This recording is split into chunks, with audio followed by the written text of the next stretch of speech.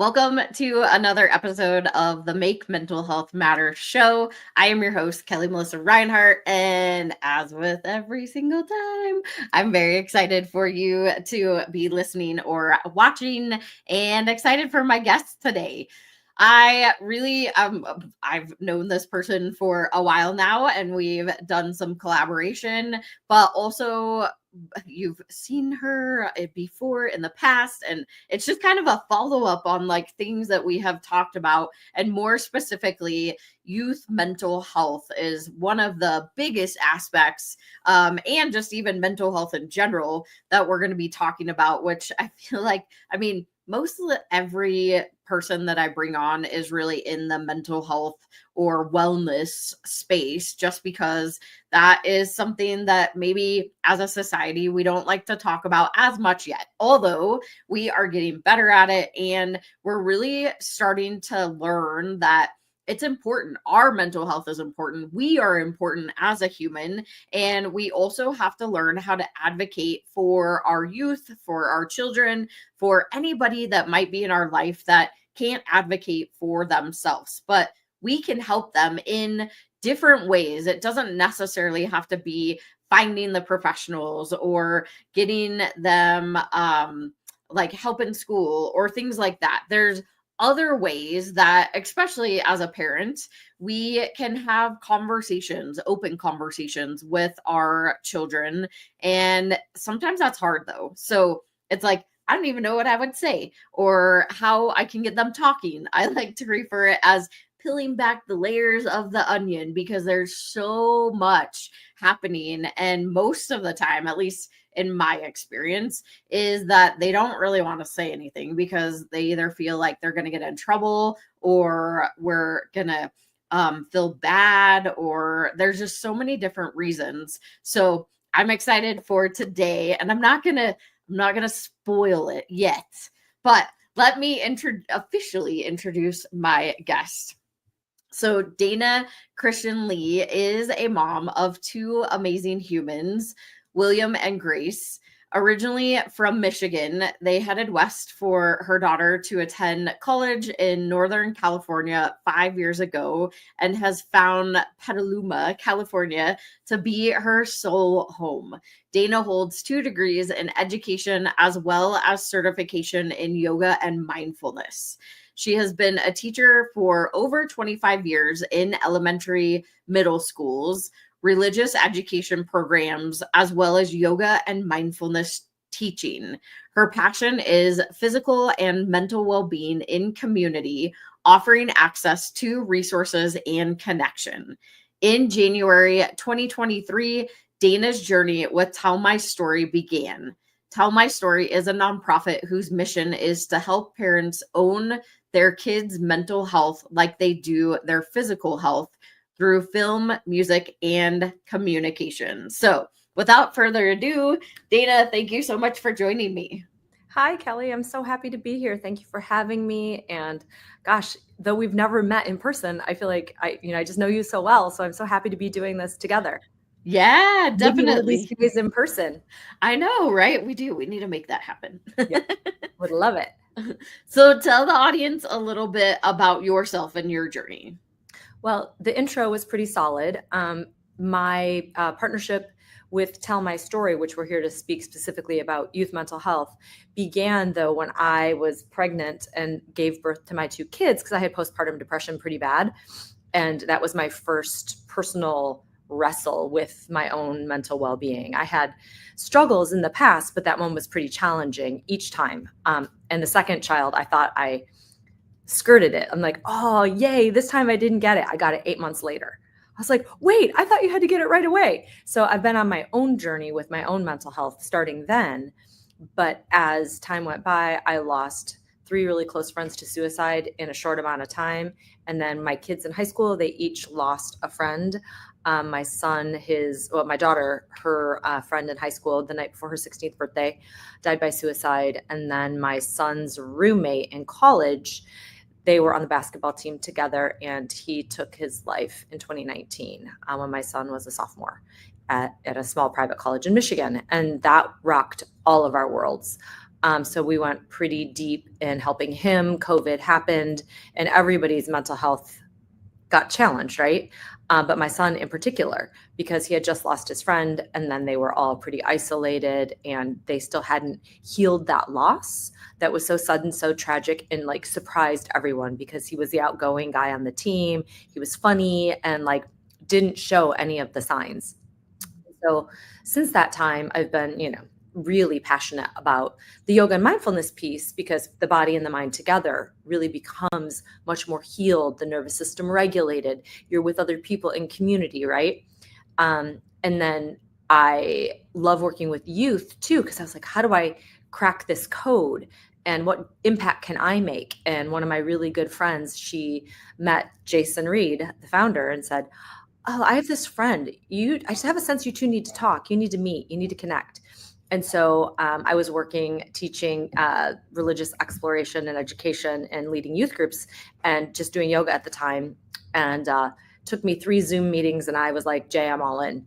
So I left my work and, I really loved my work in ministry, but jumped right on board with Jay. And so for the last 2 years, we have been on this really beautiful and challenging path to help navigate these times that are challenging for all of us in a way that offers us hope and resources and tools to equip people to know that life is beautiful. And also there are people who care deeply when it's challenging. So that's just a little bit of how I got where I am.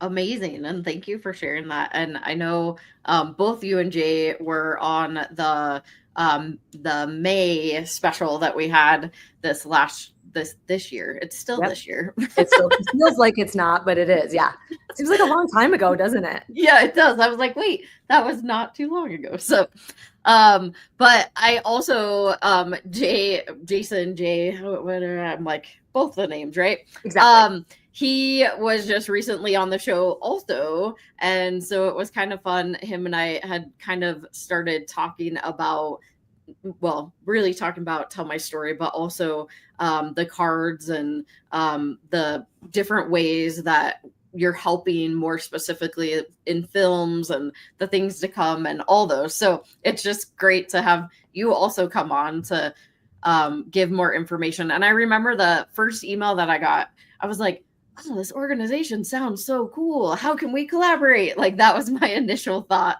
And that's where we began this journey, was just getting to know each other better and how or what the collaboration looks like. But because we're all, even though you guys are in California and I'm in Colorado, mental health is across the world, right? And it's something that we really have to find any and all avenues to be able to help and support in. So I just think it's great what Tell My Story and how you got into it.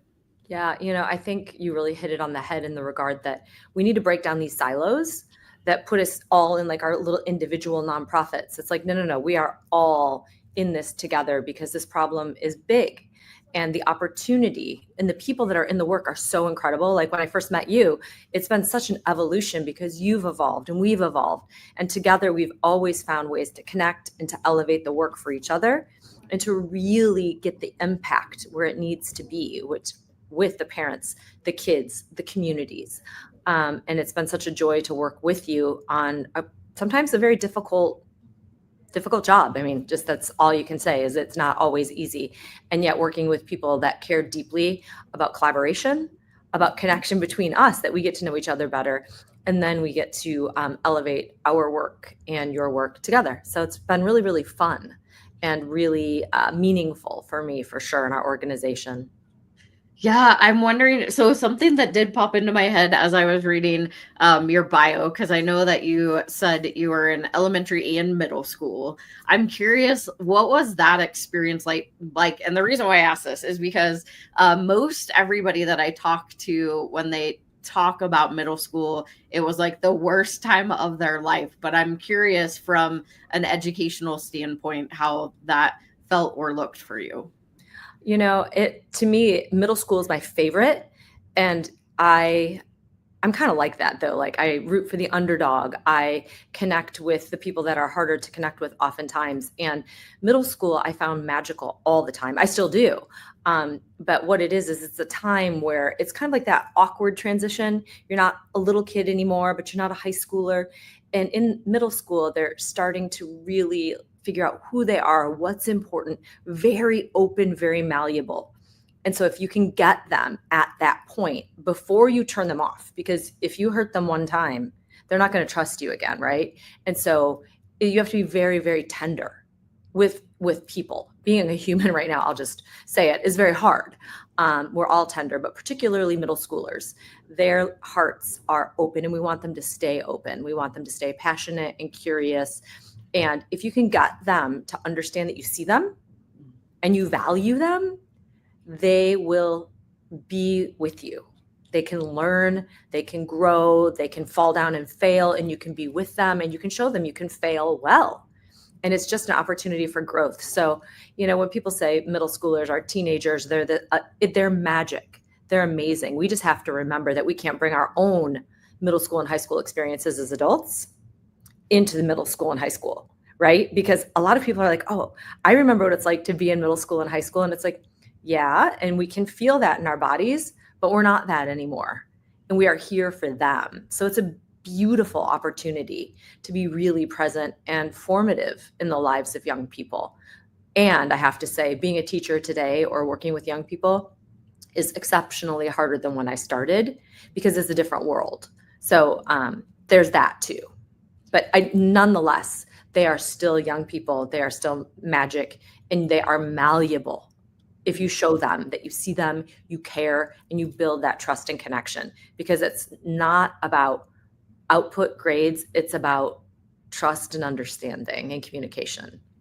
Yeah, that's such a great way. I mean, to reframe it is because I know for me, it was like sixth grade that wasn't the greatest, but then seventh and eighth grade were great, right? Like, so I had kind of a mixture of both. But I love what you said about we have to take ourselves out, especially as parents, right? If we have middle school students or elementary, really, and we're like, oh, middle school, you're about to go into it. But we have to change that narrative and talk about it so that they can have their own experience instead of putting on our experience for them. And I think, yeah, like you said, I mean, teachers today have so much more that they're handling or needing to do, and the technology world and all those things, right? There's so many different layers. I mean, we could go down every single one of those trails that you just said. But what I would say is these times, like for you, it was like sixth grade, right? But just knowing that transitions are hard, they are not easy for anyone. But being present to those transitions and actually being more mindful as they transition, because typically it's from fifth grade to sixth grade, you make the switch. And then you settle in seventh and eighth grade, and then you make the transition again from eighth grade to ninth grade. And it doesn't change as we get older. If we change jobs, there's a transition. If we move, if we lose a loved one, like transitions are really, they max us.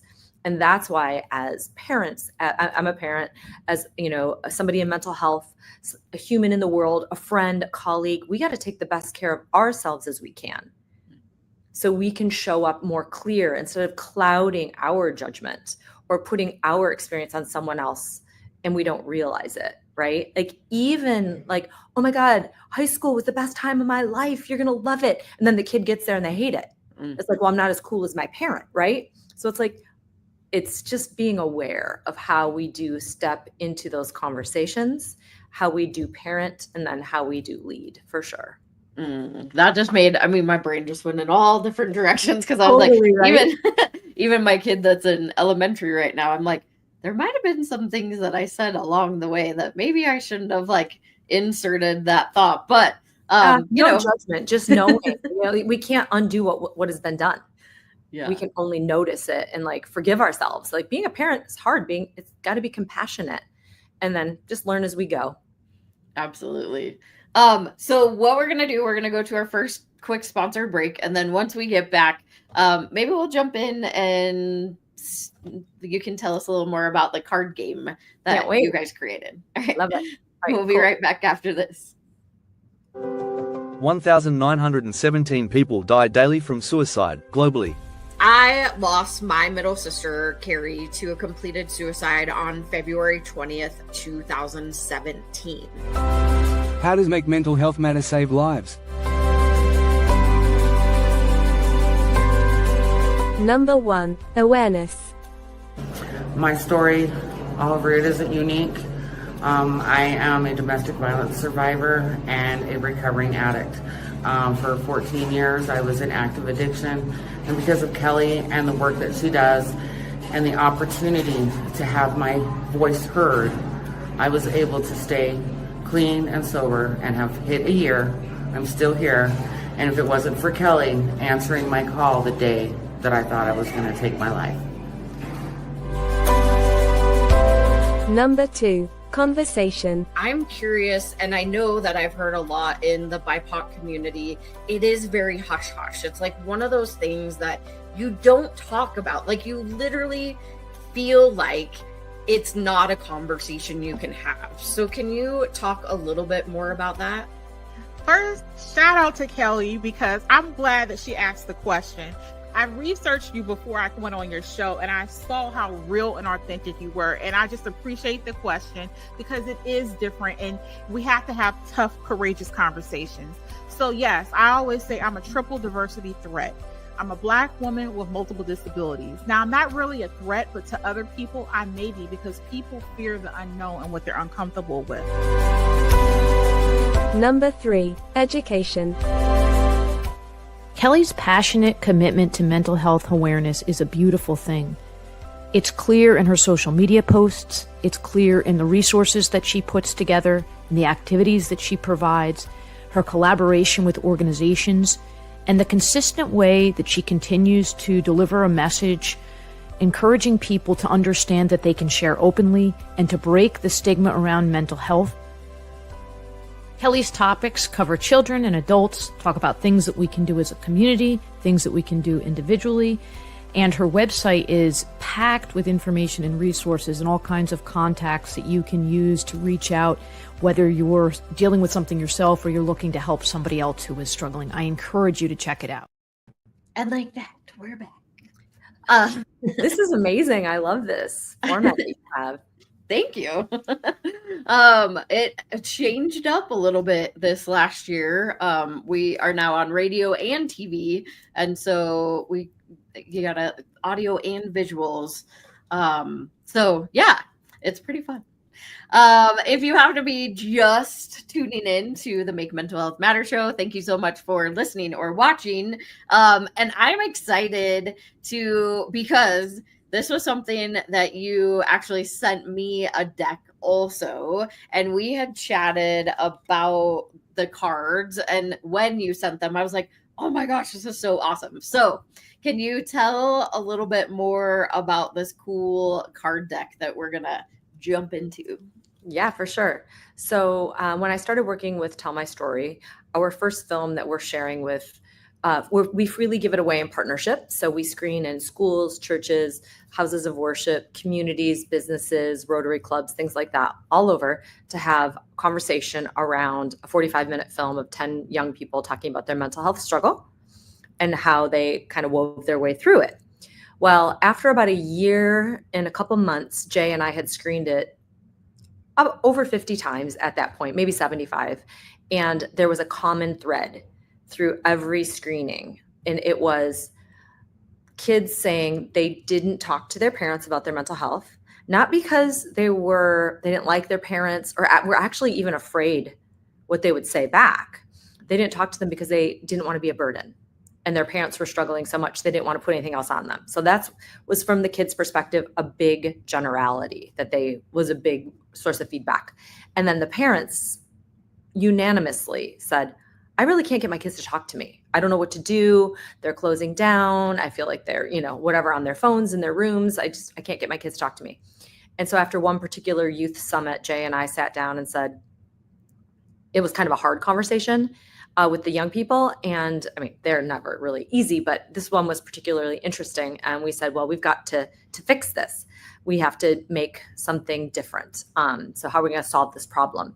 And voila, we came up with the Tell My Story card game. And what does it do? It bridges a conversation between youth and their parents, or we use it in schools with pods of kids, counselors, teachers, things like that with young people. Kelli and I, we're going to play it together in a minute, but we did it to provide a resource for people to immediately get into connection and communication around topics that they start off light, like level 1. We have 3 levels. The first level are like easier questions to just help people get, warmed up with each other, connected. Then level 2 is a little bit more challenging, and level 3 just gets more deep. So you can get to know each other at a deeper level and not have to think, when you're with your kid after school in the car, how was your day? Fine. Okay. How much homework do you have? Are you hungry? The common questions. And then it's like silence on the phone, whatever age your child is, but like they're maybe checked out at that point.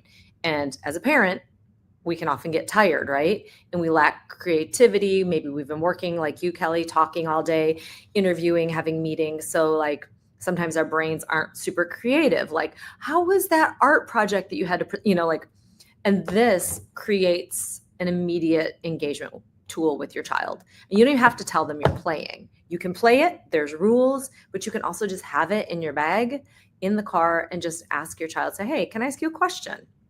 And so over time, that the philosophy behind it is communication and connection are what heal in the mental health crisis that we're in, because we're offline, we're with each other, we're face to face or in the car. And that kind of connection really does help people not feel alone, and then safe enough, maybe right in the moment or over time, to share, I've been having this struggle, Mom, what we don't even realize is important to them couldn't come out. And then it can be very, very impactful in their lives. And the interesting thing is we put tweens and teens, and it can go pretty young. You can, level them down. I play it with my 23-year-old daughter. We have a great time too. So it can also scale up. But what oftentimes people don't realize is children start struggling around 7 and 8.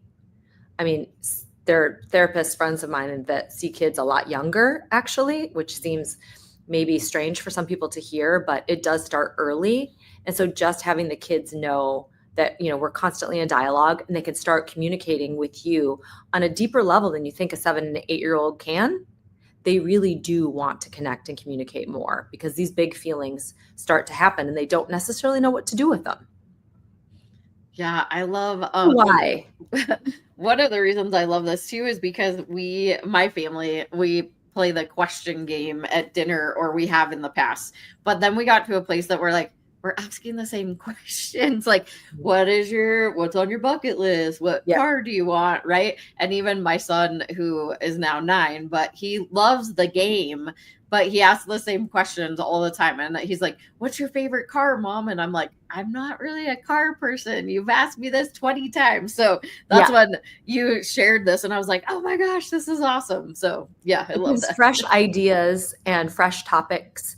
And these are topics that can actually go deeper, because the question itself initially may seem like you can get just 1 or 2. We tried to make them open-ended, but sometimes if you do get a particular question as a parent, or even if you're playing with your partner or something like that, business partner, you can have a deeper dialogue on one card. Can you tell me more about that? How did you feel when that happened with your dad? And so one card can become a half an hour of conversation. So it's really cool how it takes on a shape that it's meant to for you and your loved ones. Yeah. I know. I'm like, now that I have my card deck on my desk, I'm going to take these home and, Right. And then one other important thing to know is in the card deck itself, there's not just 100 questions, though there are past cards.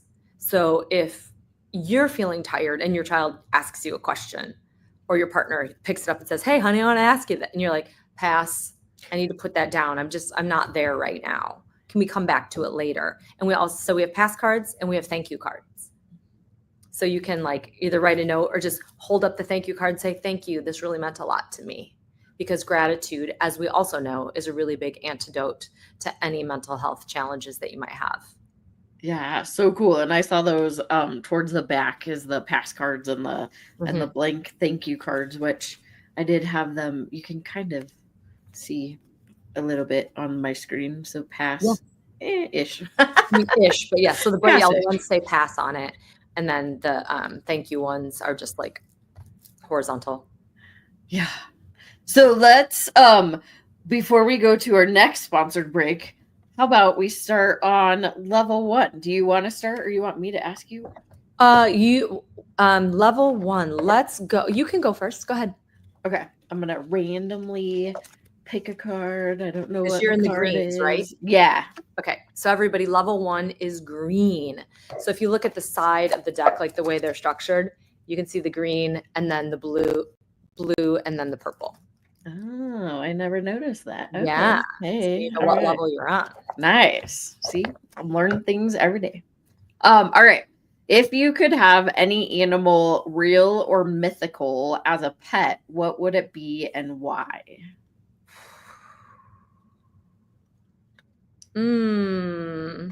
I just have to go with what came immediately is an owl.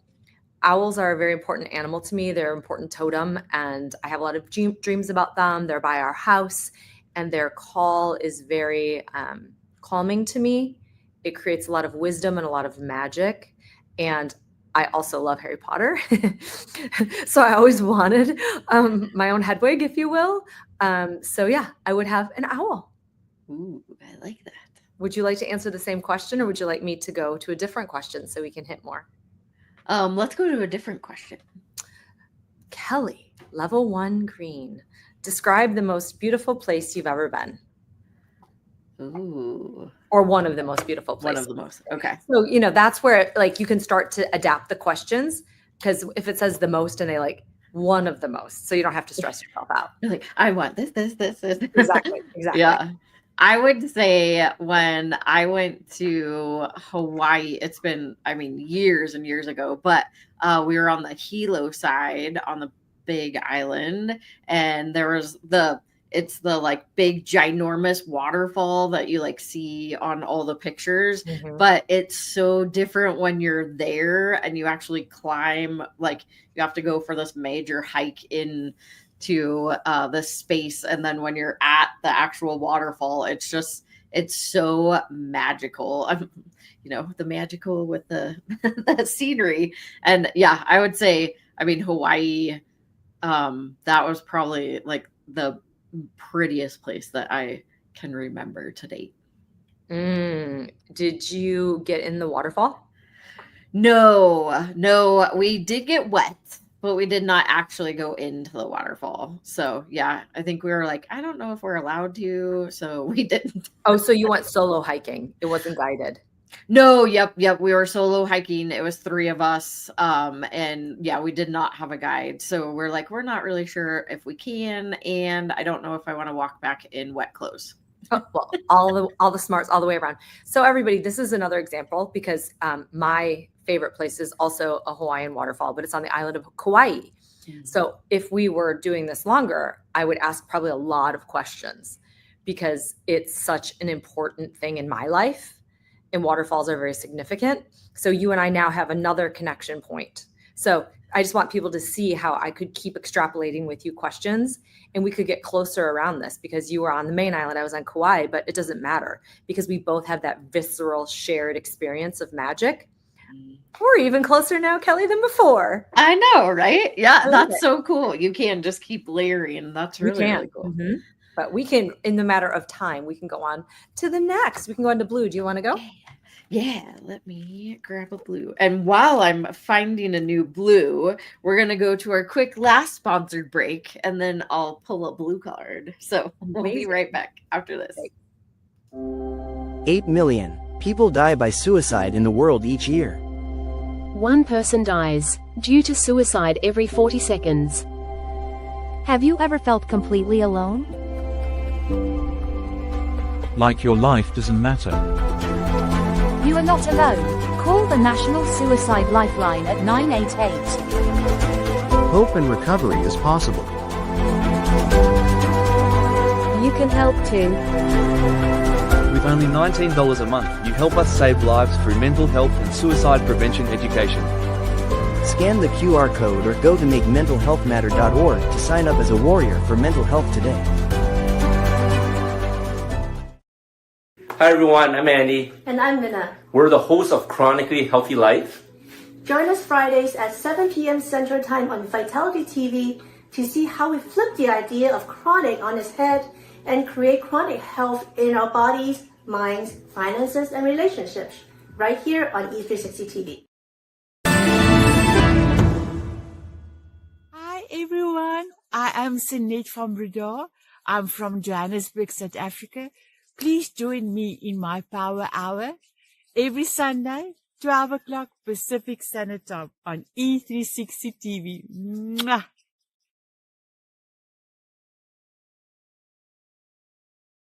And we're back again. If you happen to be just joining us for the Make Mental Health Matter show, thank you so much. My guest, Dana, and I are playing a game that is the Tell My Story card game. So we started with level 1 before the break, and now we're going to go on to level 2. So I'm going to randomly, because there's lots of different cards. I'm going to randomly pick a card. So this one. Describe the last time you asked for help. What happened? The last time I asked for help was a move. I moved homes recently.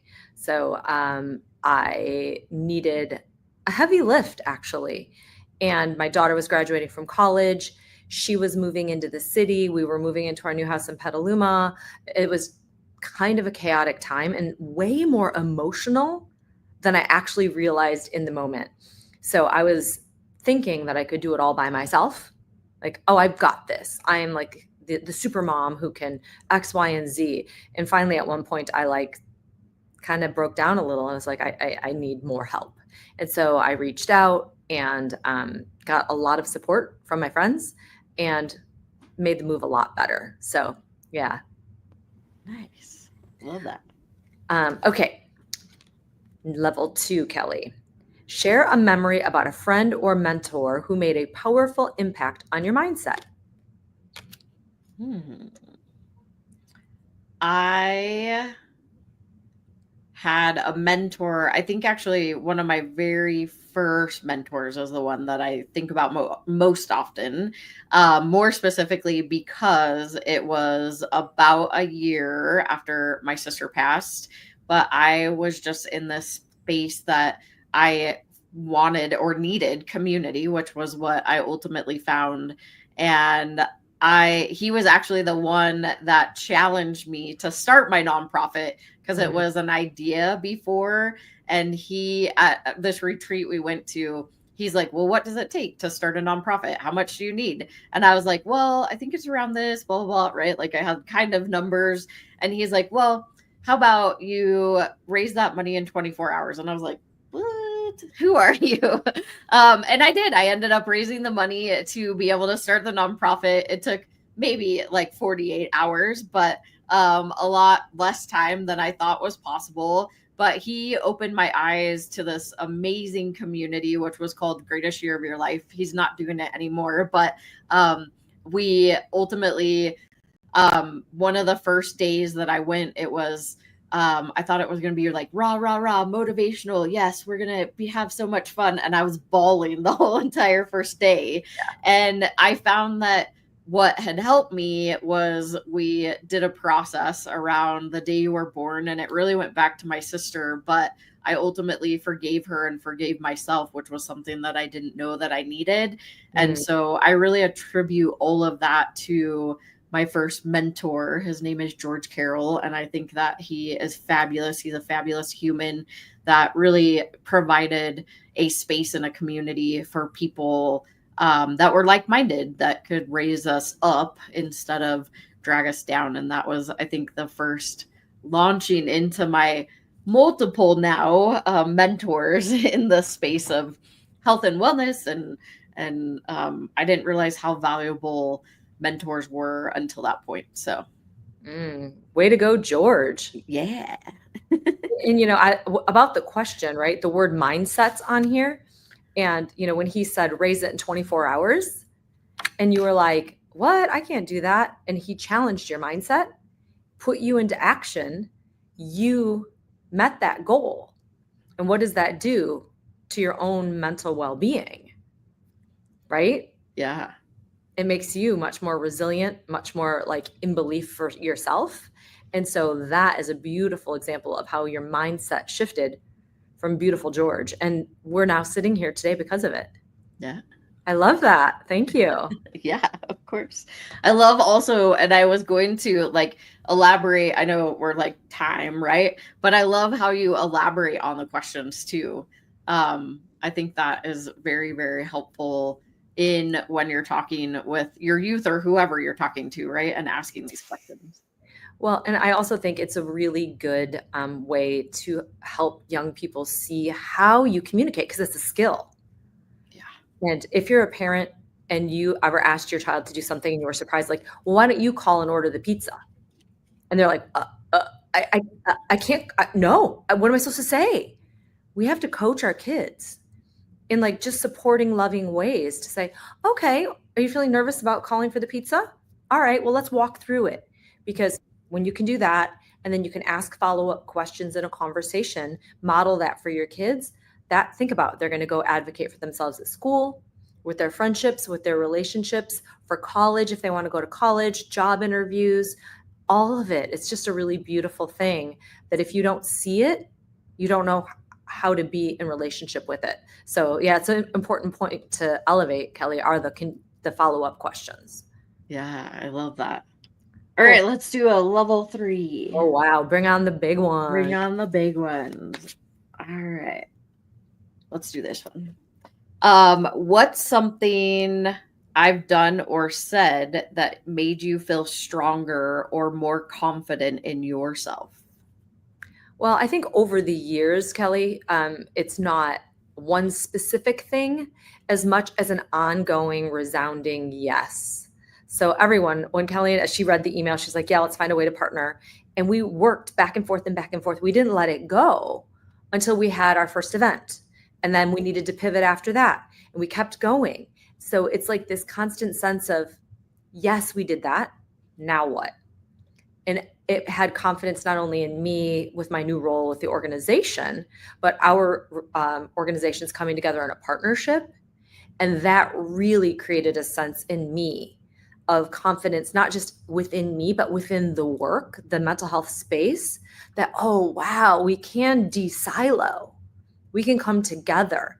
And that confidence and that assurance is heartening because it makes the work not just meaningful, but so rich. So thank you for that. And it's an ongoing thing. You've been a yes and person all the way.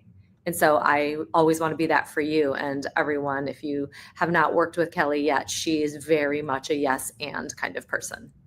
Thank you. I know we have had a lot of back and forth. What does this look like? How can we make it work? Shifting and pivoting and just not letting it go. And you have also been very good in finding the space and the time and getting the collaboration back on track.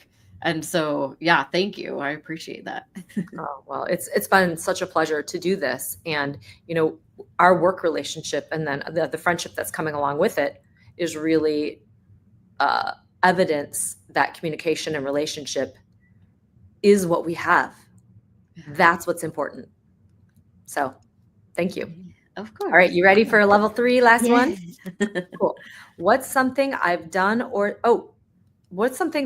or said that made you feel stronger or more confident in yourself? Is that the one you just asked me? I did. Yeah. Hold on. Let me give you a different one. Oh, how about this one?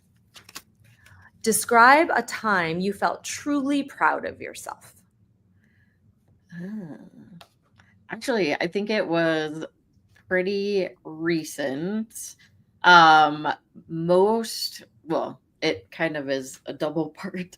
Yay. I got trained as an assist trainer, which was applied suicide intervention skills training.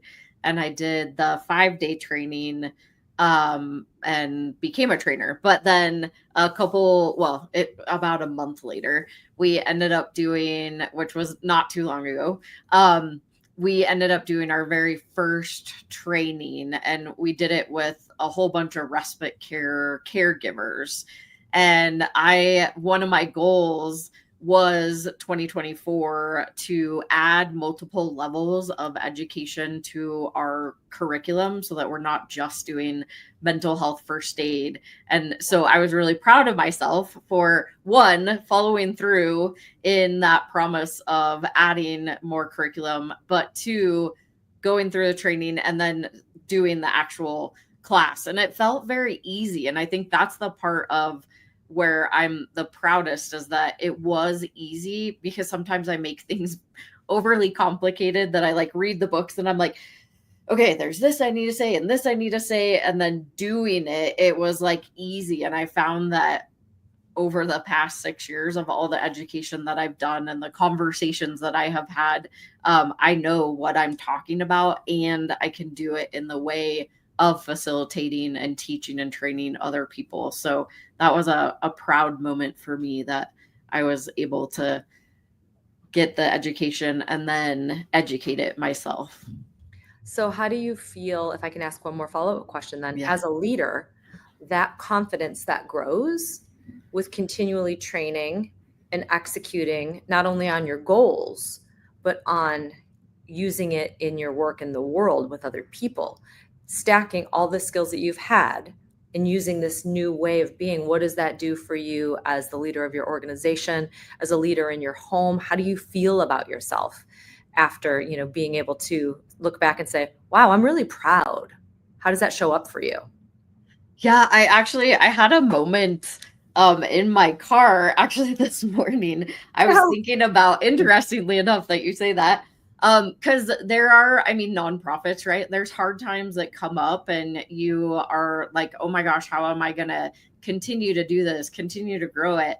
And then I reflect back on the things that we're doing really actually help save lives. And I think the biggest part was because I was also reflecting on one of the stats that we learned in training, was that every single person that takes that training on average uses those intervention skills at least 3 times within the next year. So if you times that by, we had 8 caregivers in our class, that's about 24 lives that we just saved by training just one class. And so I I was like, yeah, it might be hard right now, but the cool part is that as we do all these educational programs, all the lives that we're actually impacting, and it may not show up right at this very moment, but all the futures that are going to be saved by the work that myself and everybody that's on my team and the collaborations that we're making with other organizations. It's just really cool to reflect on that portion, even when, everybody has down times, myself included, right? And so you have to reflect it in a way, or reframe that specific situation, which was something this morning I was even thinking, I was like, that was pretty cool, right? So yeah, I don't know if that even answered your question, but that was what came to my head. No, it totally does, because it is a cumulative effect of where you learn and you grow and you implement. And then a lot of times in our work, right, people, if they're like on a fitness program and they want to have a goal, right? Like if they want to lose 20 pounds, or like there are things that are more visible, right? They're more tangible. And also with the work with the mind, you can't really necessarily see the mind, right? Sometimes you can see stress on people's faces and whatnot when you start to learn what to look for as well. However, we don't always know the impact that we have. We have stats and they're good, but the beautiful thing is we do know that not only are those lives saved, they're also enriched when we continue to do this work, and we offer multiple kinds of resources, not just trainings, like, a game where you can get to know somebody at an intimate level and feel confident in your ability to communicate and feel seen and heard and valuable. Like, those are the things that are priceless.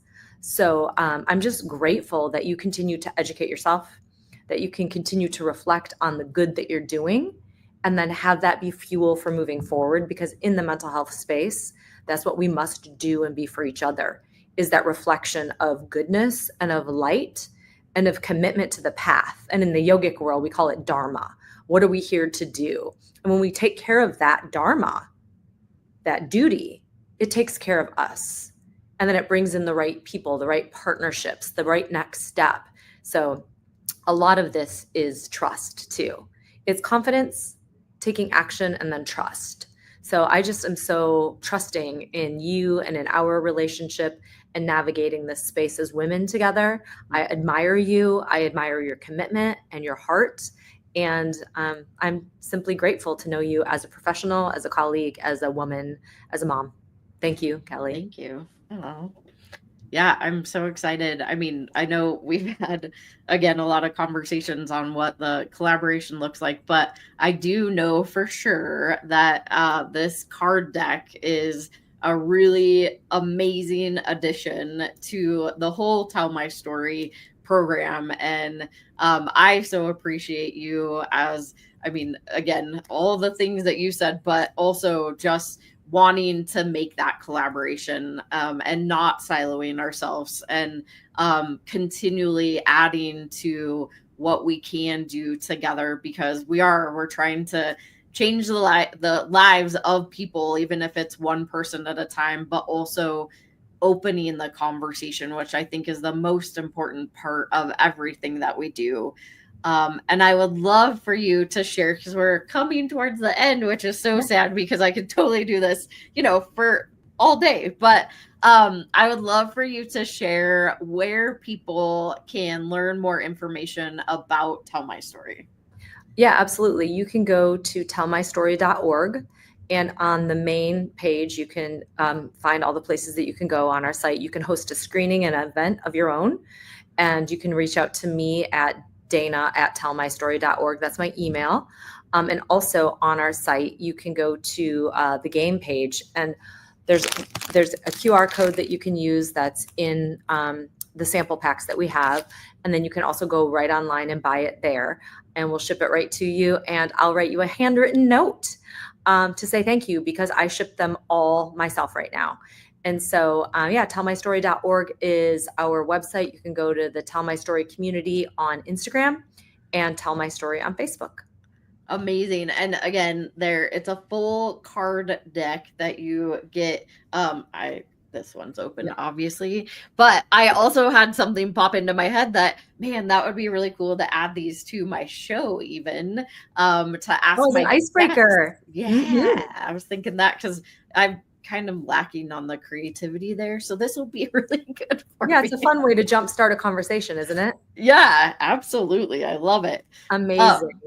So if you are listening, that is tellmystory.org, tellmystory.org.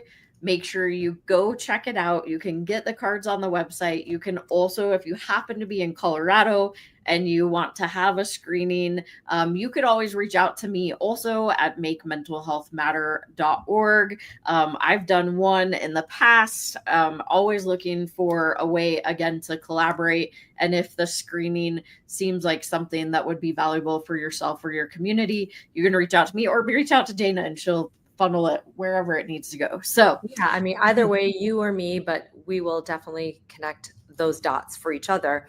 And I'm just excited to see what's next. Yeah, well, thank you so much. I appreciate you coming on and doing all this with me. And thank you, everybody, for tuning in. Yay. All right, y'all. That was another amazing episode of the Make Mental Health Matter show. I have some pretty cool people that surround me, and some pretty cool people that I have become partners and friends with. And I just think that, especially if we're talking about these cards, right? There's different colors. I happen to have the purple ones. There's blue and there's the green. You can't really see them very well. Oh, those were the white. Yep. But pretty cool that there are ways to start conversation with our youth, or with our partners, or with whomever it might be, colleagues. Like, what a great way to have a little bit more creativity in your line of questioning. It's not line of questioning, but just asking questions to get more knowledge about the people that surround you on a daily basis. I think that conversation is such an important and key part, and the whole purpose really of this show is that conversation. So I hope that this was helpful for you. No matter what you do, make sure that you come back next week, because amazing guests just stacking up. I'll see you next Monday.